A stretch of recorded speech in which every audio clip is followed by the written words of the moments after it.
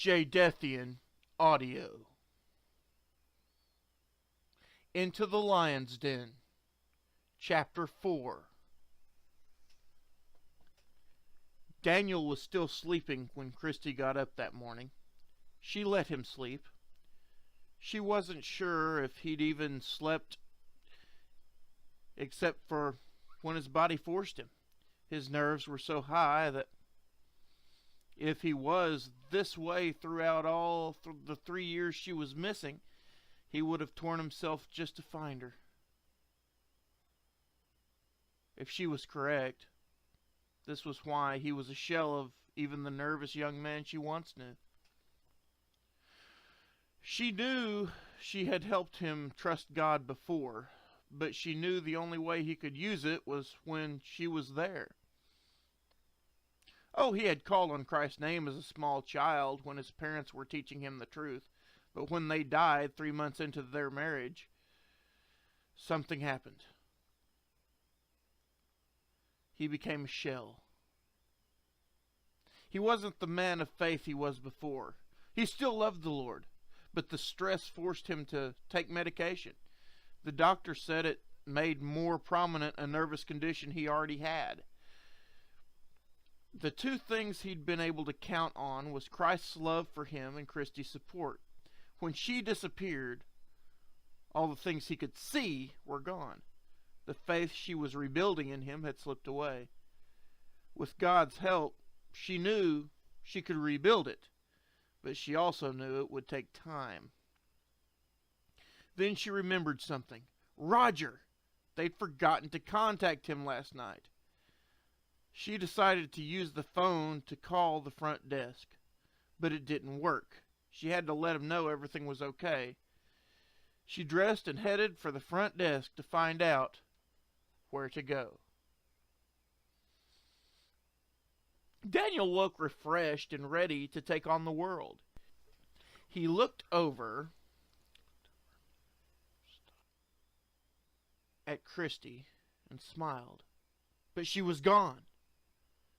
Was it all just a dream? No, he was in her room. If something had happened... Calm down, Daniel, he thought. No way she'd be gone again. Unless they took her again. He had to go see Roger.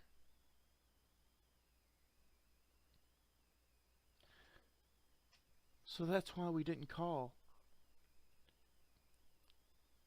That's understandable. Roger sat back talking to his once missing friend, Christy. You had a lot of catching up to do. No joke. Who started that war anyway? We still don't know. I think there was a knock at the door. Within seconds it turned into banging. He looked through the hole. It was Daniel. He looked distressed.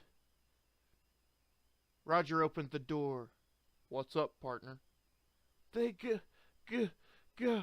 Calm down, man. They took her again! He began to sob. Christy ran to him from her seat and quickly took him in her arms. I'm here. Dan, where's your medicine? You're a wreck. At the house. We're going to get it. No. Earthquake took It's gone. I forgot. What now? He'll be all right, Roger said. He just needs you right now. He's still in shock from all this. He's been through a lot. Stick closer to him than ever before. He'll make it. Sounds like a plan, she said. And that's just what she determined to do. She'd stay right by his side. No matter what they did, they'd do it together. Eat, sleep, whatever. She'd be the wife he was missing for 3 years. As they walked to their room, Daniel was shaking nervously. He'd had too long a day, even before noon. Come on, Dan, she said. I'll run you a bath. You always did feel better after a hot bath. Dazed, Daniel could only think of one thing to say. You're not going to leave me, are you? No, she said. I'm not going to leave you.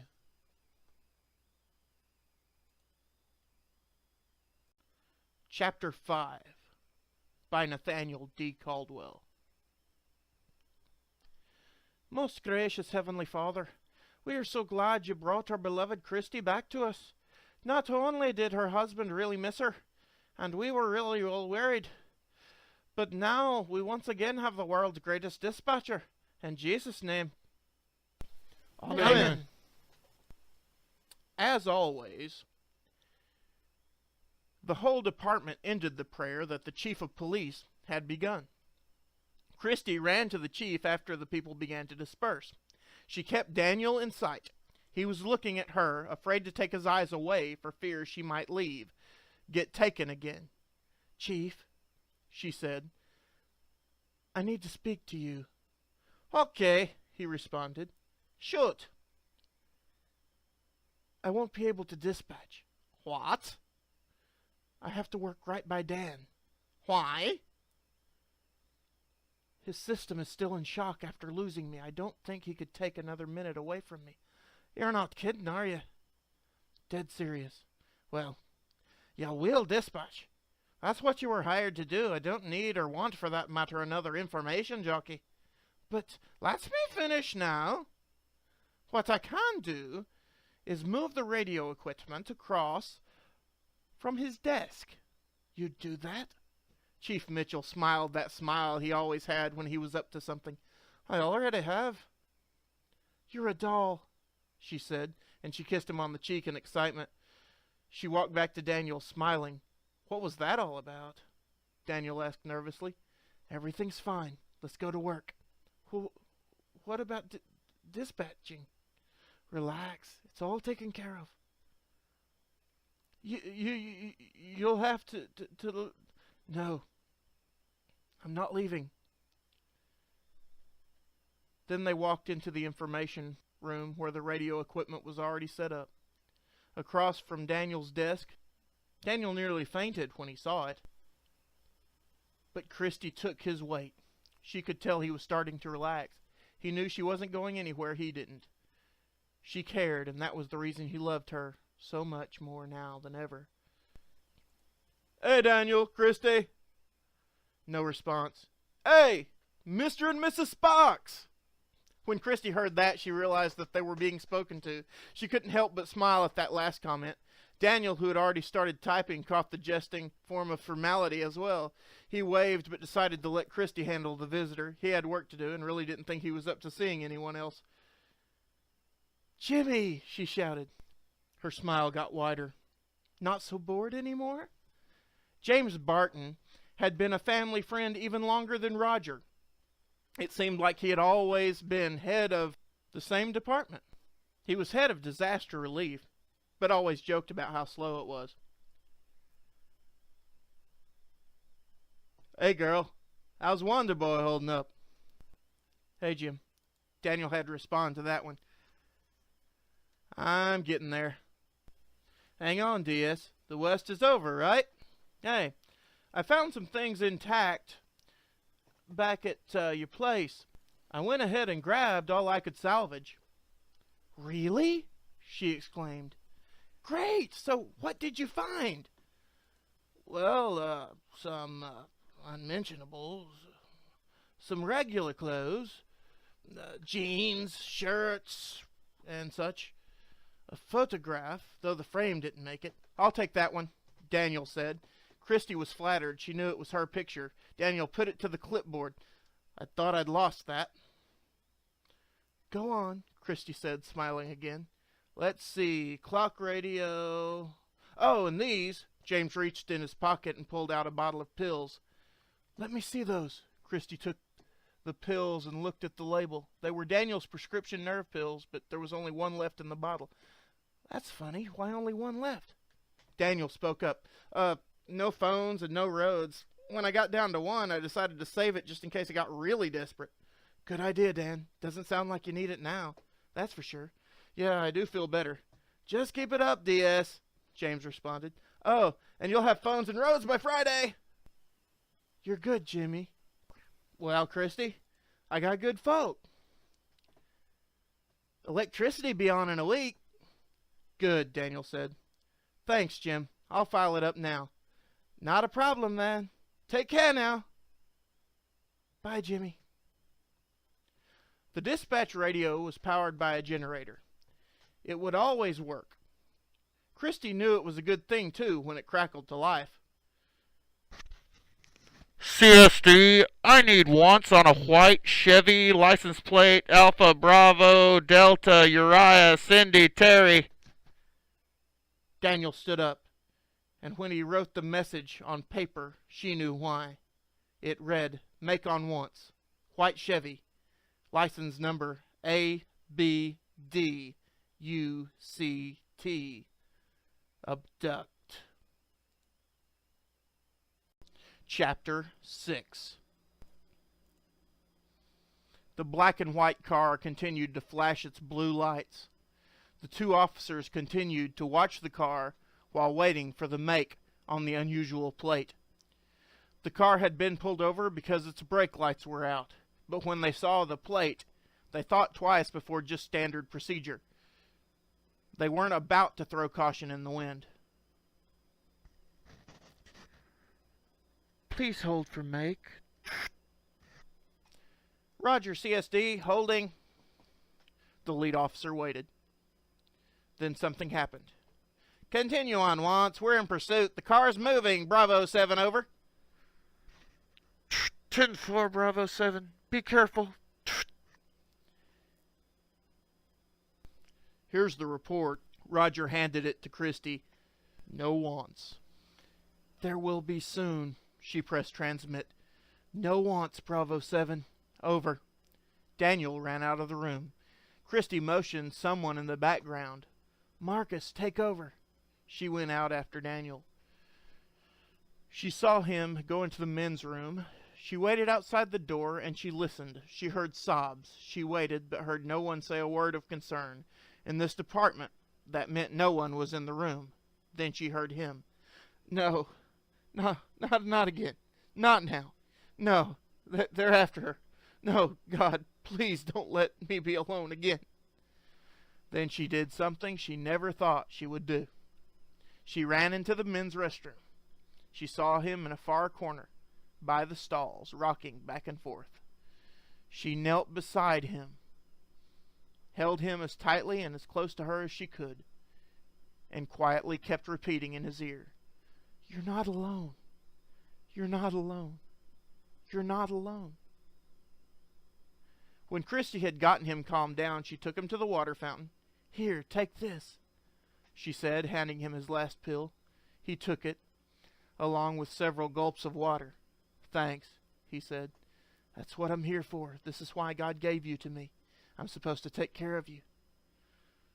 "But it's supposed to be the other way around." "Not during trauma, Dad. You'll feel better in a bit. Let's go back. It's okay. Okay?" "Okay." He tried to smile at her attempt at silliness. She always did that when he was too serious, or way down, and he loved her for it. Daniel and Christy made their way toward the information and radio room. Daniel sat back down at his desk, and Christy took Marcus's place at the radio. For now, everything was back to normal, but it was going to be a long night. "CSD, this is Bravo 7.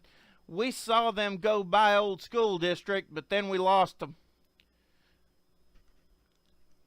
Roger, Bravo 7. "We'll store the information. Come on home." 10-4, CSD. "This is MLD taking over for CSD. All units be on the lookout for a white Chevy license plate Alpha." He turned the radio off. He'd been listening to everything, and he was pleased. All was going according to plans. Sparks would never remember anything about the 3 years they milked her for information. She didn't give it any knowingly, but with their special chemical, things just slipped off the tongue. All they had to do now was watch and wait for the right moment to strike. Then they would see who the boss was. No one would one-up him anymore. He would be the master of the game, the head of the ring. There were several that followed him who believed in his cause, thought he was the better operations manager. They would die to see his boss get what was coming to him. So he waited, more confident now than ever. Second shift was over, and everyone had headed home. Christy and Daniel had stopped by Roger's room for a game of Bible trivia before settling in. It was Roger's idea. He had suggested to get as much of the word in Daniel before anything else happened. Roger, taking part as the MC of the game, specially chose questions with high comfort value. It came down to the tiebreaker question. What was Jesus' promise found in Hebrews chapter 13? Daniel rang his bell first. It's my favorite verse. I had it. Come on, Dan. Christy wanted him to remember. Had it been 3 years since he'd last studied? I will never... I can't say that last word. Say it, Dan. She held his hand. Say it, then claim it. He has said, I will never leave thee nor forsake thee. Then it hit him. Oh my. What is it, Dan? Christy took his hand again. I don't see how I could have been so blinded to it before. I was never really alone, was I? No, Dan. No, you weren't.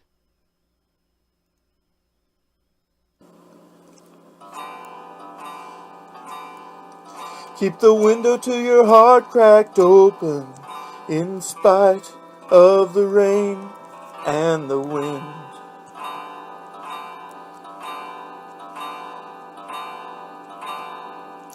Keep the window to your heart cracked open so I can sing softly in.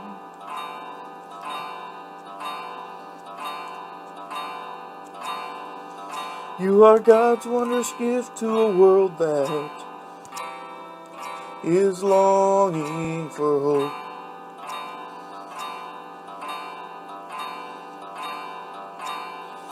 You are God's wondrous gift to a world that is dying to cope.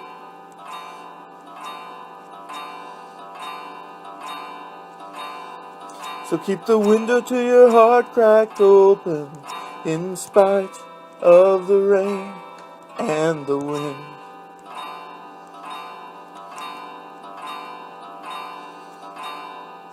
Keep the window to your heart cracked open so I can sing softly in.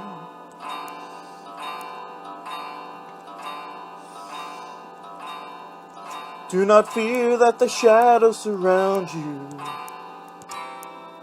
They're not what you fear.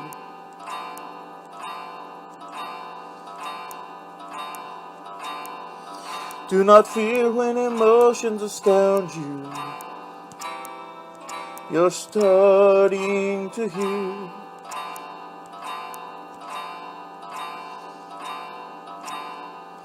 Keep the window to your heart cracked open in spite of the rain and the wind.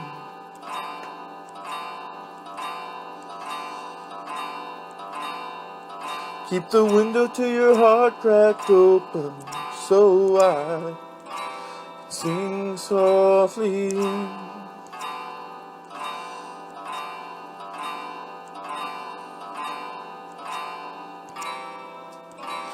Sing softly in.